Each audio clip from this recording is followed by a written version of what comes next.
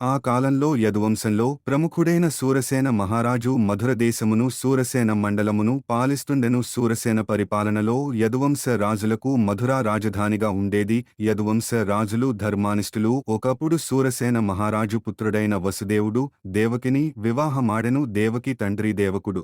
దేవకుడికి దేవకి అంటే గొప్ప వాత్సల్యము చేత ఉదారముగా అరణములు ఇచ్చెను. ఉగ్రసేనుని పుత్రుడు కంసుడు మరియు దేవకి తండ్రి దేవకుడు.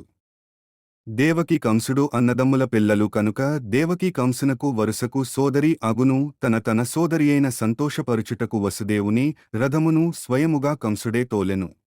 వైదిక నాగరికతను అనుసరించి కన్యకు వివాహము జరిగినప్పుడు ఆవిడ సోదరుడు ఆవిడను తన భావగారి గృహముకు చేర్చుట సంప్రదాయము. దేవకుడు తన పుత్రికైన దేవకికి ఇచ్చిన అరణములు అనగా కానుకలు స్వర్ణధామములు అలంకరించబడిన 400 ఏనుగులు అలంకరించబడిన 15,000 అశ్వములు అలంకరించబడిన 1800 రథములు 200 మంది అందమైన దాసీ కన్యలను కూడా పంపెను. వధూవరులు రథములో వెళుతున్న సంతోష సమయములో హఠాత్తుగా ఆకాశము నుండి అశరీరవాణి ఇలా పలికింది: ఓరి కంస, నీ సోదరి అయినట్టు దేవకి అష్టమగర్భములో జన్మించిన శిశువు నిన్ను చంపును అని తెలిపింది. కంసుడు భోజవంశమునకు చెందినవాడు. భోజవంశంలో క్రూరమైనవాడు. అశరీరవాణి వినిన వెంటనే కంసుడు దేవకి కేశములను పట్టుకుని ఖడ్గముతో వధించుటకు సిద్ధపడెను. అది చూసిన వసుదేవుడు ఆశ్చర్యపోయి కంసుని శాంతించపరుచుటకు తనకు మగపిల్లవాడు పుట్టినను వారిని నీకు అప్పగింతునని వాగ్దానం చేసెను. వాగ్దానం చేసినట్టుగానే మొదట మగపిల్లవాడు తగానే కంసునకు ఇచ్చెను. వసుదేవుని ప్రవర్తనకు సంతోషించి ఆ శిశువును తిరిగి ఇచ్చెను. శ్రీకృష్ణుని అవతారము సాధ్యమైనంత వేగంగా జరుగునట్లు చేయాలని నారదుడు కంసునితో బృందావనంలోని నంద మహారాజు గోపాలురు వారి భార్యలు గోపికల యదుకులంలో వష్టివంశంలో జన్మించిన వసుదేవుడు శూరసేనుడు అతని బంధువులు మిత్రులందరు దేవతలని నారదుడు కంసునకు తెలిపెను. దేవతలు ఇదివరకే జన్మించుట చేత విష్ణు త్వరలో అవతరిస్తాడని వెంటనే దేవకి వసుదేవులను కారాగారంలో బంధించెను. ఇనుప సంఖ్యలతో బంధించబడిన వసుదేవునికి దేవకికి కారాగారంలోని ప్రతి సంవత్సరము ఒక మగశిశువు జన్మించసాగెను. ప్రతి శిశువును విష్ణు అవతారమే అని తలచి వారిని ఒకరి తర్వాత ఒకరిని వధించెను. అతడు ప్రత్యేకించి అష్టమ గర్భము గూర్చియే భయపడుతుండెను. నారదుని అనుగ్రహంతో కంసునకు పూర్వజన్మ స్మృతి కలిగిన అతడు పూర్వజన్మలో కాలనేమి అను రాక్షసుడు విష్ణువు చేత వధించబడినని తెలిసెను.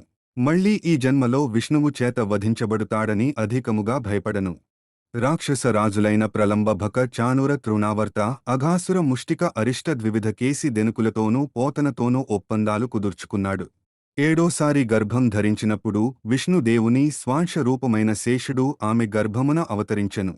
శ్రీకృష్ణుడి యోగమాయను దేవకి గర్భంలో ఉన్న శేషుని వసుదేవుని భార్యలో ఒకరైన రోహిణీ గర్భమునకు తన యోగమాయతో మార్చమనెను. తరువాత నేను నా సంపూర్ణ శక్తులతో దేవకిదేవి గర్భంలోకి ప్రవేశించి పుత్రుడుగా అవతరింతునని నీవు బృందావనంలో నంద యశోదలకు పుత్రికగా జన్మించవలెనని నీవు నా సోదరిగా జన్మింతువని చెప్పాడు. యోగమాయనగా దుర్గా, భద్రకాళి, విజయ, వైష్ణవి, కుముద, చండిక, కృష్ణ, మాధవి, కన్యక, మాయ, నారాయణి, ఈశాని, శారద, అంబిక అను పేర్లతో పూజించదురు. బలరాముడు దేవకీపుత్రుడైనను రోహిణిపుత్రునిగా జన్మించినట్లు యోగమాయ గర్భమును మార్చెను. అష్టమగర్భంగా కృష్ణుడు దేవకి గర్భంలో అవతరించెను. గర్భము ధరించుట చేత దేవకి ఎప్పుడు లేని విధంగా దివ్య సౌందర్యంతో ఉందని కంసుడు భావించెను. అదే సమయంలో యోగమాయ యశోద గర్భములో అవతరించెను. కృష్ణుడు దేవకి గర్భంలో ఉండగా దేవకికి మట్టి తినాలనిపిస్తుంది. దాని సంకేతం దుర్మార్గులు మట్టి కరుస్తారు అని. శ్రీకృష్ణుడు కృష్ణపక్ష అష్టమి రోజు చెరసాలలో జన్మించాడు. ఆ రోజునే మనం కృష్ణాష్టమిగా జరుపుకుంటాము. 2వ ఎపిసోడ్లో తర్వాత భాగం చూద్దాం. Hare Krishna Krishna Krishna Hare Hare. Please subscribe, share and like. ధన్యవాదములు.